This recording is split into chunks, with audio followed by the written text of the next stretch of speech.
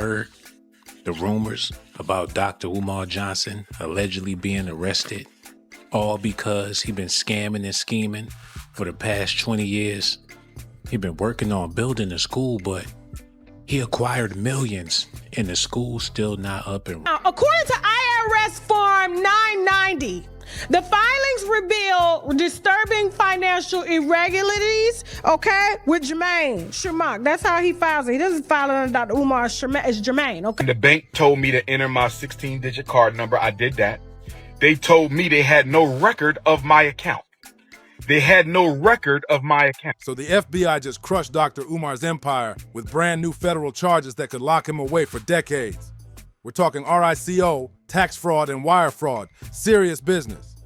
And here's the crazy part. The feds say they've got hard receipts tying straight back to the donations he collected to build a school. Dr. Umar is sweating bullets because this time smooth talking won't save him. Like, Dr. Umar is not a real person that anybody should be taking any advice from. I hope that we all understand that, but it seems like some folks are surprised. Everyone's asking the same question. Was he really scamming the people or was he set up? Before diving into these charges, let's rewind to the exact moment Dr. Umar realized the walls were closing in, because he did not take it well. He jumped on Instagram Live and went off in one of his signature rants claiming the system was out to destroy an innocent black man who only wanted to uplift his community. But this time, it was different. He wasn't his usual over-the-top self. He looked shook, like someone who just walked away from a wreck. His voice cracked, his energy was off, and for the first time, he looked like he knew the game was up. Umar raged about his accounts being frozen, and now it all makes sense, because those same accounts are right at the center of the Fed's fraud case that could bury him behind bars.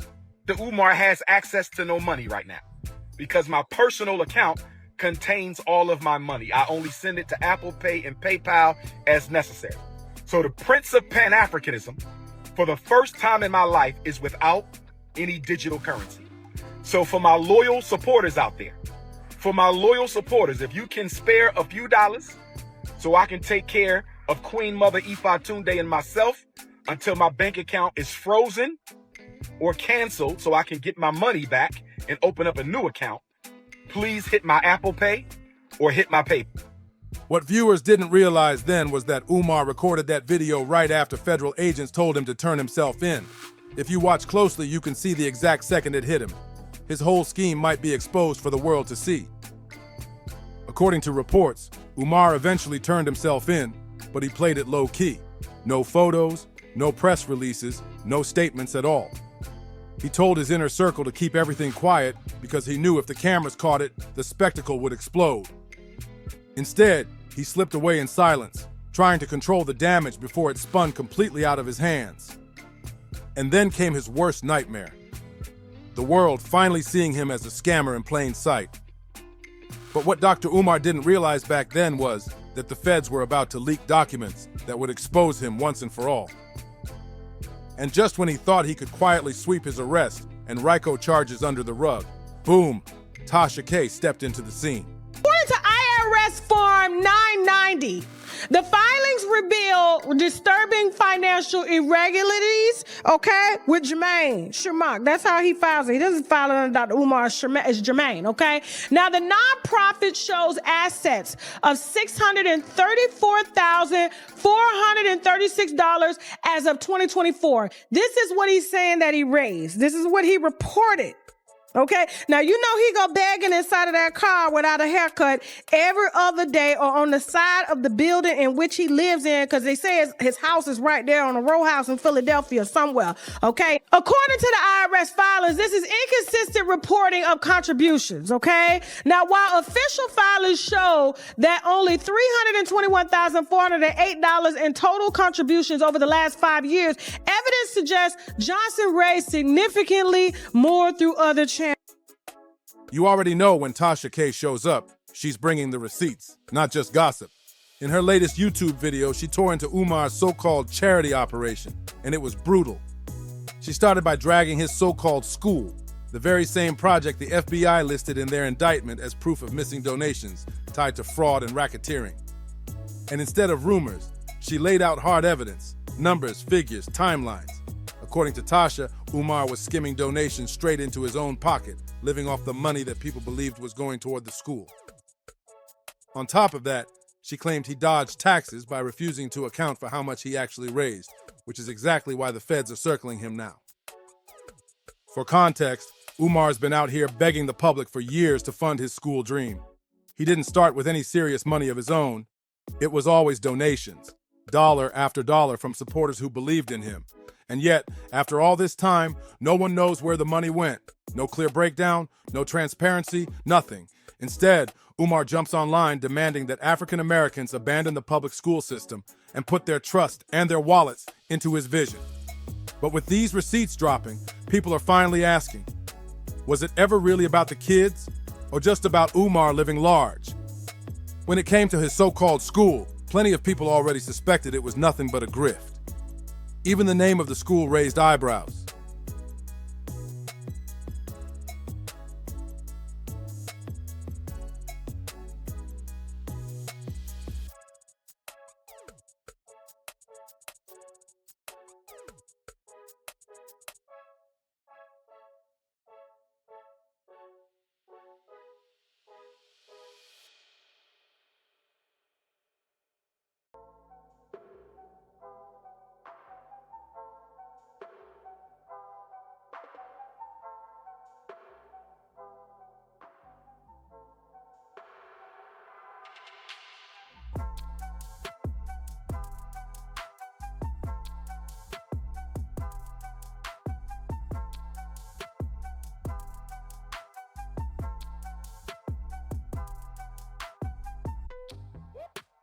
Dr. Umar has always bragged about being a descendant of Frederick Douglass, but he's never once proven it. In fact, the actual Douglass family has never claimed him, which makes the whole thing look even shadier. Still, not everyone saw through it, and that's the tragic part. Thousands of folks poured their hard-earned money into Umar's dream, hoping to see a real school for black children. But here we are, years later, and the doors still haven't opened. Every single time the date for the grand opening creeps closer, something mysteriously goes wrong. At first, people brushed it off as bad luck, but now, with everything coming out, it looks more like Umar has been creating these so-called setbacks himself. The latest delay has prosecutors convinced they've caught him red-handed. Back in June, Umar claimed the school was vandalized and said the destruction targeted the library, cultural artifacts, and school supplies. But here's the kicker. The building itself wasn't damaged at all, just enough mess to justify pushing the opening back another year. To sell the story even harder, Umar posted a video of himself interrogating some kids like they were the culprits. But the only evidence of this supposed vandalism was that tiny clip he filmed. And if we're being real, the damage shown in that video didn't look anywhere near serious enough to shut down an entire school launch. Something's fishy, and the internet called him out immediately. One viral comment summed it all up perfectly. Where's the proof of this so-called damage, Dr. Umar? The people want answers, and right now all they're getting are excuses. Vandalism? Were you insured? Why not show a single picture of the damage? Or maybe the real vandalism is you and this whole project. That was the type of heat flooding the comments, and people weren't holding back. And the wildest part. Pan-Africanism, brothers and sisters. I'm back again. While I was on the live, the children had snuck into the school, which means they knew the door was unlocked. Listen to me, brothers and sisters. For children to know that a door is opened, and I was only away from the school for 30 days. For children to know that the door was open, and I was only away from the school for 30 days.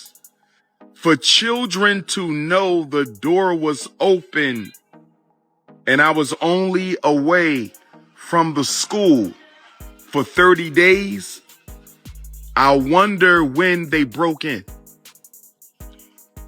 I wonder when they broke in, because if the children already know the door was open. Just weeks later, the truth about this so-called vandalism finally came out, and Dr. Umar had no defense. Turns out this wasn't about some kids breaking into the school at all. This was about money, bills, fees, and debts stacking up right under Umar's nose. Reports revealed that Umar had been failing to pay vacant property registration fees and utility bills on the school building. And because of that, the place was staring down foreclosure. The property was already scheduled to be auctioned off by August 25th, 2025, if he didn't cough up the cash. Faced with that, Umar went straight into damage control mode. Instead of owning up, he cried foul, claiming the fees were punitive and discriminatory, painting himself as the victim yet again. He even tried to milk the situation by begging for more donations, saying the state was trying to shut his dream down. But Tasha K wasn't buying it, and she laid it out plain. This was just another tactic to dodge jail time. And if you thought her first receipts were wild, things got even crazier when leaked federal documents hit the internet. Those files exposed Umar's alleged PayPal scam in black and white. According to the leaked report, Umar had pocketed over $1.5 million in donations through PayPal and GoFundMe, not just for the school, but for other charity causes he claimed would uplift the black community. But here's the kicker. Nobody can point to a single thing those charities actually accomplished. No results, no projects, no proof of progress. Just a bottomless pit of missing money. And every single time the heat comes down on him, Umar pops back online with another dramatic rant, warning the black community that the system is trying to destroy him. But now, the receipts say otherwise, and the feds aren't playing with him anymore.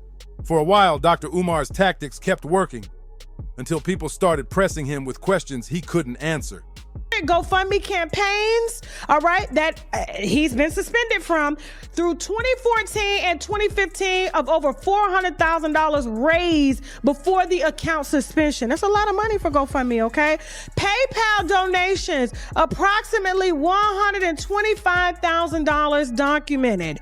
Speaking fees and direct donations, estimated $750,000. This man raising all this money and ain't got a haircut yet. Total estimated funds, 1.6 to 2 million that they can account for. And this is with them digging. They've been on this, okay? And we're going to talk about how much they've been on this. And that's the reason why that damn school is on the auction block right now. Vacant school that never opened. And he promised to open it in 2013 and kept pushing back the opening date and blamed us. Well, not me, y'all, if y'all donated, as to why it can't open because black people can't stick together, okay? Even though he was running it like a mom and pop. One of the loudest voices to call him out was Charleston White, and he did not hold back. Charleston accused Umar of preying on black women, saying he manipulates them with emotional blackmail, making himself look like their ally, when in reality, all he wants is their money. And the sad part, Charleston wasn't lying. Dr. Umar constantly parades himself as a defender of black women, even bashing men like Jonathan Majors for dating outside their race. But here's the contradiction. Whenever women question him about the school or the money, he flips the script and insults them.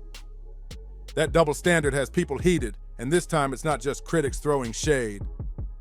Even his longtime supporters are waking up. Folks who once defended him are now pulling their donations, demanding receipts, and quietly unfollowing him across social media. Some are even blasting him publicly, straight up calling him a crook, and maybe even a criminal. The biggest shock, though, came when one of Umar's own allies turned against him. Tariq Nasheed, once considered a close friend, sat down and spoke his truth.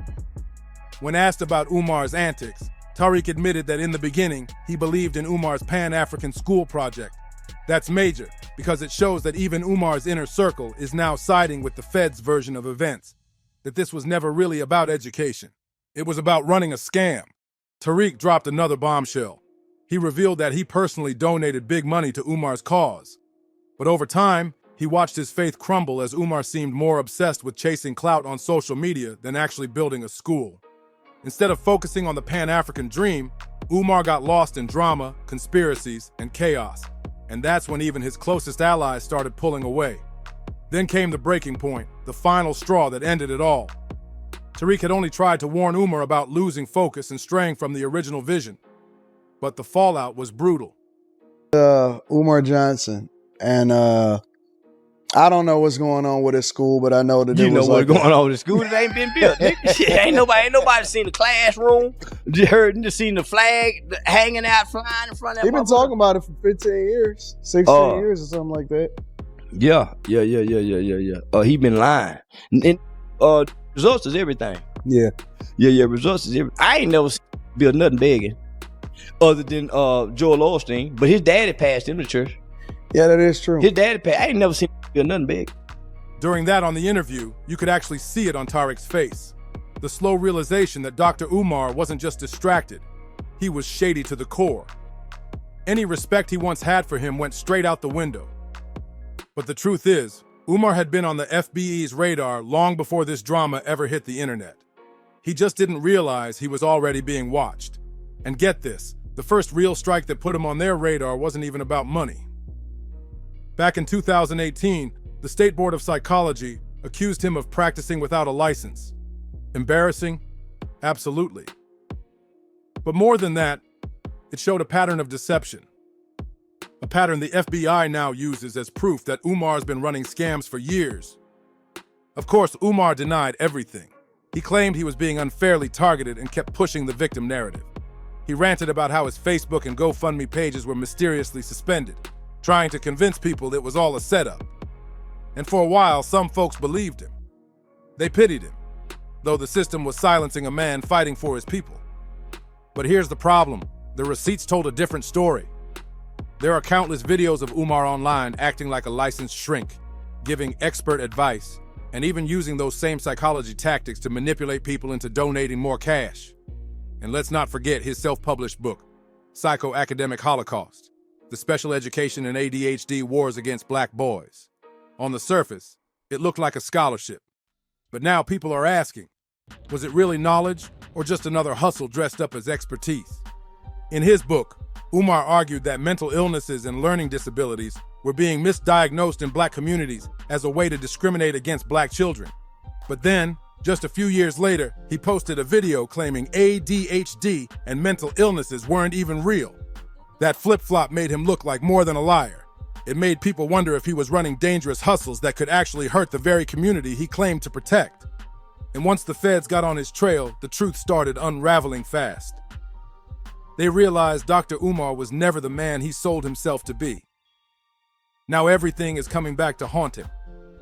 The fake school delays, the frozen bank accounts, the phony psychology credentials. Every single scam he thought he buried is now being laid out as Exhibit A in a federal courtroom. With prosecutors closing in, supporters bailing out, and receipts surfacing left and right, one thing is clear. Dr. Umar's dream of walking into his so-called academy is over. Unless he pulls off a miracle. The only doors he'll be walking through are the ones that lock behind him, inside a prison cell. So what do you think? Was Dr. Umar always a scam artist? Or is he really being targeted? Drop your thoughts in the comments, hit that like button, share this video, and don't forget to subscribe for more breakdowns. See you on the next one.